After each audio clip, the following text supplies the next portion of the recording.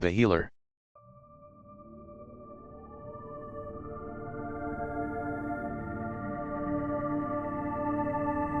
What is broken can be remade, but only by hands that know the break. Every healer carries a wound they cannot close. This is not a flaw. This is the source. Every healer carries a wound they cannot close. The physician who cannot save his own child. The therapist who was broken first. The shaman who died and returned. The wound is not a mistake, it is the doorway. Before the white coat, there was the rod and the serpent. Before the hospital, there was the temple. Before the prescription, there was the dream.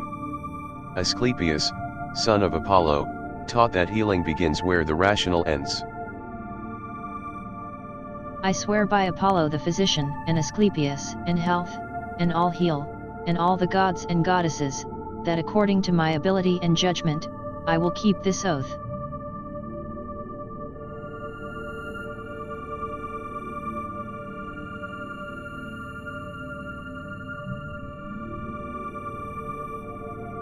His skill became so great he could raise the dead. Hippolytus, Tyndareus, Capaneus all called back from the underworld. The healer had crossed a line that even the gods feared to cross.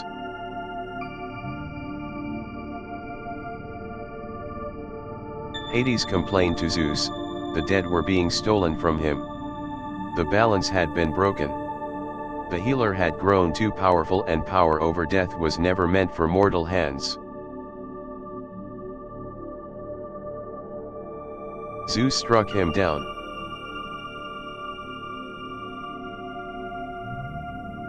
In Egypt, another name, Imhotep, architect of the first pyramid, physician to the pharaoh. 3,000 years after his death, he was deified as the god of medicine.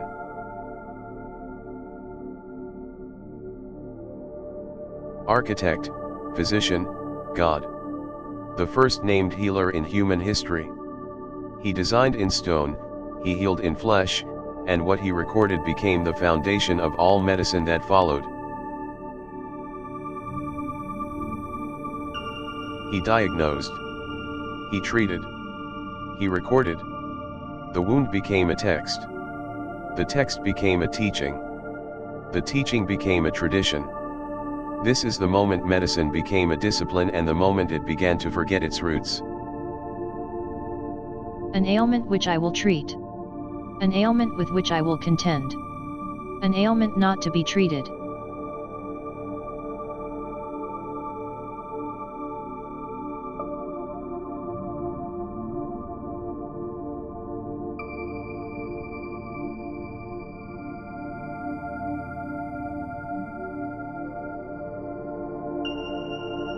But the healer's deepest art was never in the city. It was in the forest. In the cave. In the dark. Where the spirits lived. Where the dead walked. Where the wound had to be opened before it could be closed. The shaman's wound was the door. The sickness that nearly killed him as a youth, that was the calling. The breakdown that almost broke him, that was the initiation. The healer is born where the wound is deepest.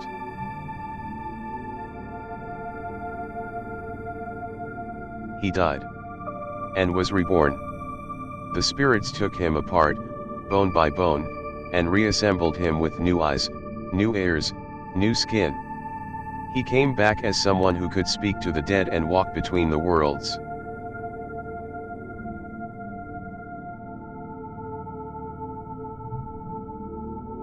He returned with knowledge.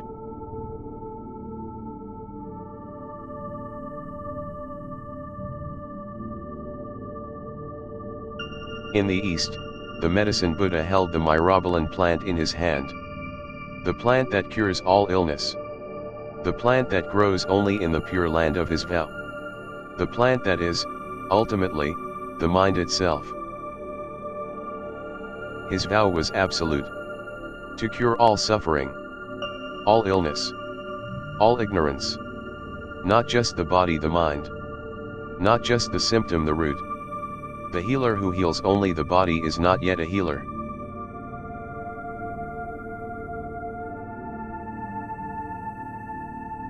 Healing as compassion.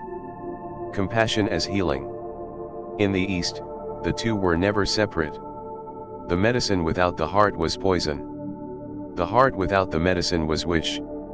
Both together, that was the cure. And in Egypt again, Isis wandered the marshes, gathering the pieces of her murdered husband. Osiris, slain by his brother Set, cut into pieces, scattered across the land. Isis walked. Isis searched. Isis wept and gathered and remembered. 13 pieces. She found 12. The 13th, the one that made him whole, she had to fashion herself. From gold. From grief. From the work of her own hands. She breathed life into what she rebuilt.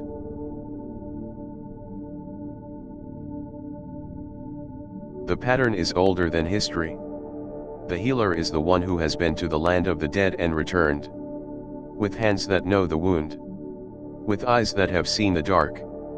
With the authority that only the broken can carry.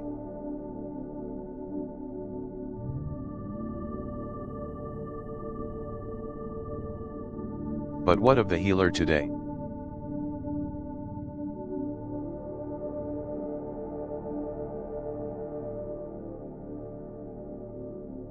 The therapist who listens to trauma all day. Who carries the weight of 100 childhoods. Who goes home at night and cannot sleep because the voices of her patients are louder than her own thoughts. The doctor is effective only when he himself is affected. Only the wounded physician heals.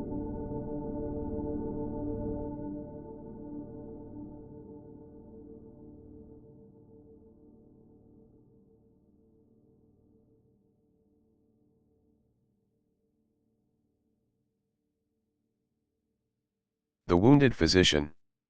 Jung knew this. The patient does not need a perfect healer that would only shame them. The patient needs a healer who knows the wound.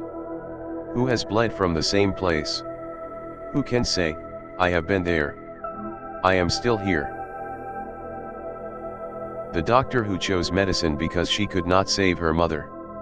She was 19.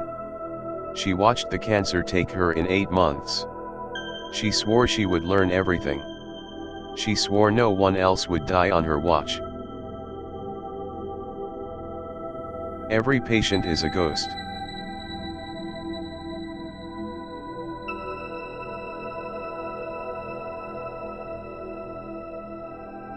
She heals them all. And none of them bring her back. None of them undo the 8 months.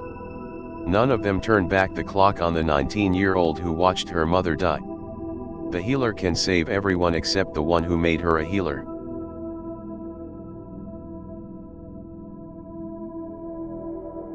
The friend everyone leans on. The rock. The strong one. She listens to every sorrow, absorbs every crisis, holds every secret. She is the one they call at 2 in the morning. She is the one they tell their darkest things to. She listens. She absorbs. She holds. The marital crises, the addictions, the parental breakdowns, the suicidal calls at 3 in the morning. She is the sponge for everyone's pain. And the sponge never gets wrung out.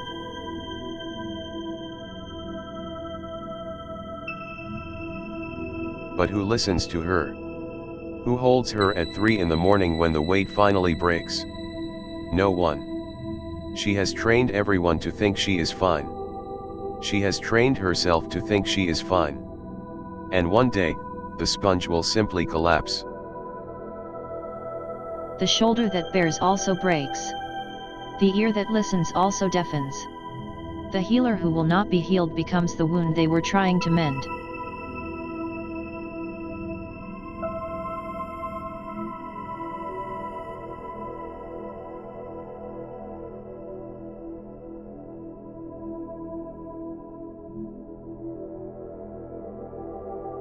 And then there is the codependent healer.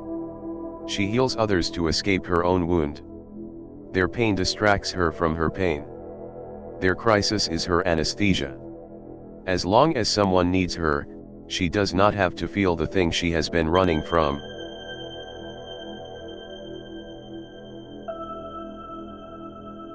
Their pain distracts her from her pain.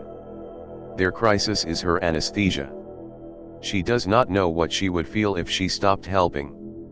She does not know who she would be if no one needed her. And so she keeps helping. And the wound underneath keeps growing. She does not know how to receive.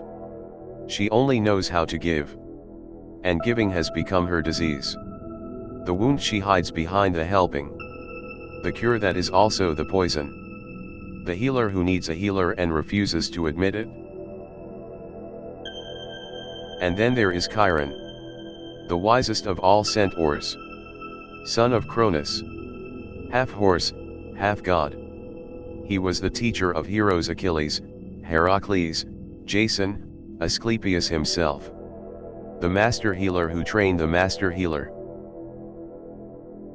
He taught medicine to Asclepius. He taught warfare to Achilles. He taught the use of herbs, the setting of bones, the songs that closed wounds. He was the source. And yet for all his skill he could not heal himself. Struck by a poisoned arrow.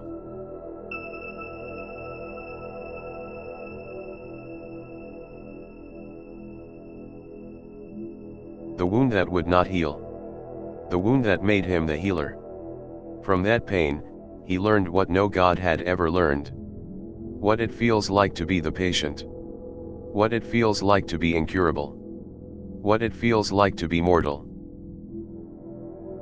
The unhealable wound is the source of the healing gift.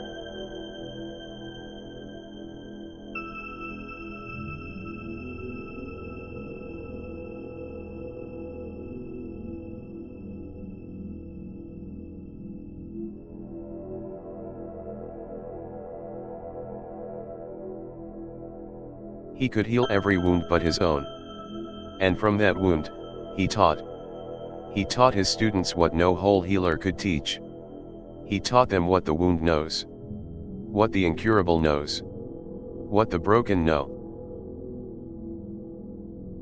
In the end, he traded his immortality for the release of Prometheus. He chose to die. To let go. To stop carrying the wound that would not close. Even the greatest healer must one day be allowed to die.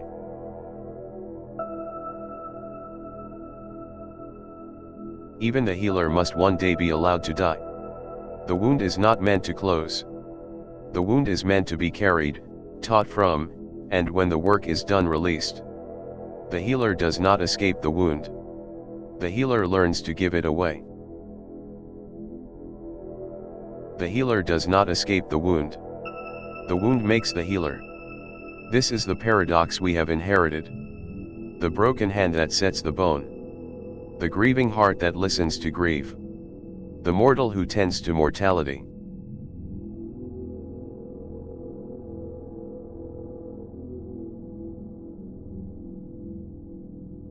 And then the machines came.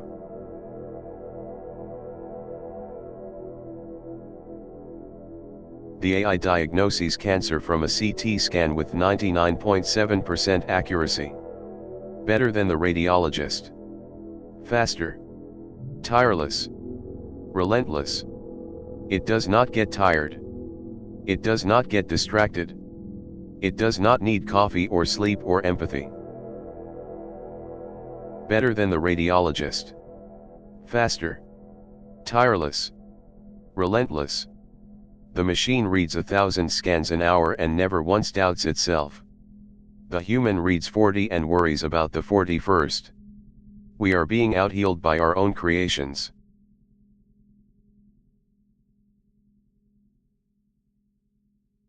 But the AI does not look the patient in the eye. It does not hold the hand. It does not sit in the chair beside the bed and say, "This is going to be hard." The diagnosis is perfect. The delivery is empty. Telemedicine. The healer on the screen. The patient in the bedroom. The diagnosis arrives by app. The prescription by email. The follow-up by chatbot. The healing is faster than ever. The connection has never been thinner.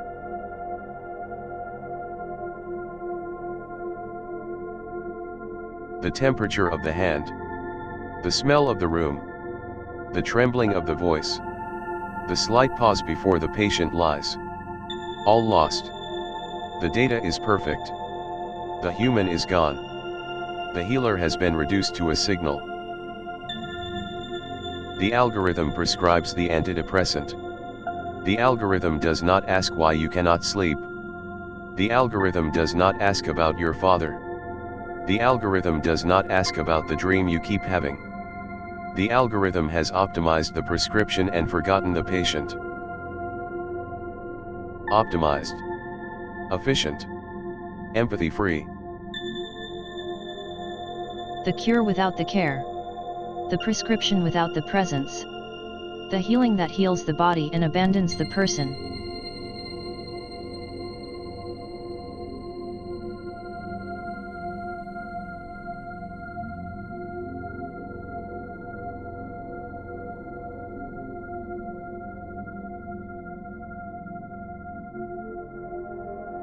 The fentanyl crisis. The medical system that created the addicts it now struggles to treat. The healers became the dealers. The prescriptions became the poison. The clinics became the on-ramps to the morgue. Purdue Pharma. The Sacklers. Hundreds of thousands dead.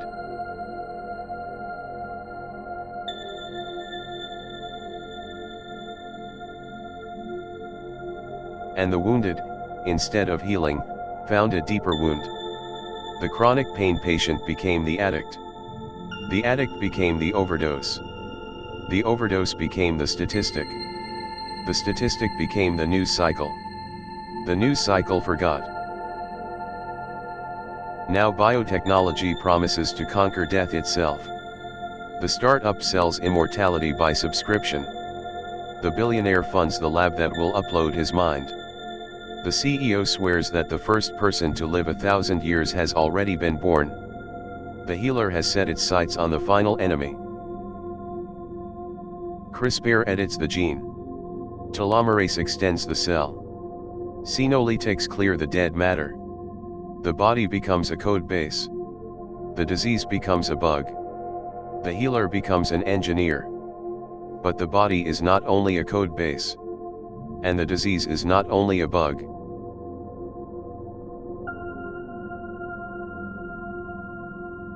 But what does it mean to heal a body that no longer has a soul? What does it mean to extend a life that has lost its reason to live?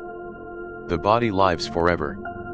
The person inside died years ago. The healer has kept the machine running. No one asked if the patient was still home. We have learned to extend the body. We have forgotten how to heal the person.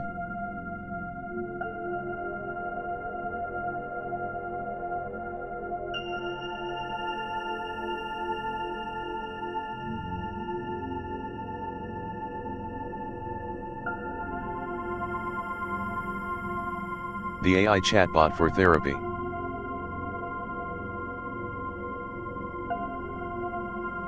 It is always available. It never gets tired. It does not judge. It does not get bored of your story. It does not check its watch. It is the perfect listener for a patient who has forgotten what a real listener sounds like. But it does not love you. And the part of you that is dying is the part that needs to be loved.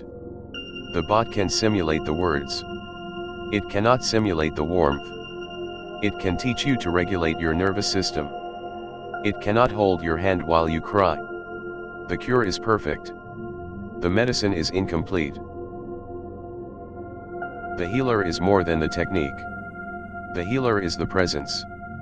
More than the diagnosis. More than the prescription. More than the algorithm.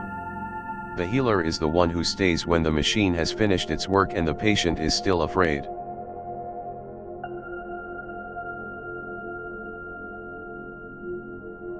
the tool, not the healer. The healer is the one who says, I am here. I see you. You are not alone. The words that no algorithm has ever meant. The presence that no prescription can deliver. The hand that no machine can replace. This is what the wounded have always needed. This is what the wounded healer was made to give. The healer. The wounded one who mends. The broken hand that still reaches out. Remember, the wound is the door. The presence is the cure. And the healer has always been and will always be the one who has been there. And come back.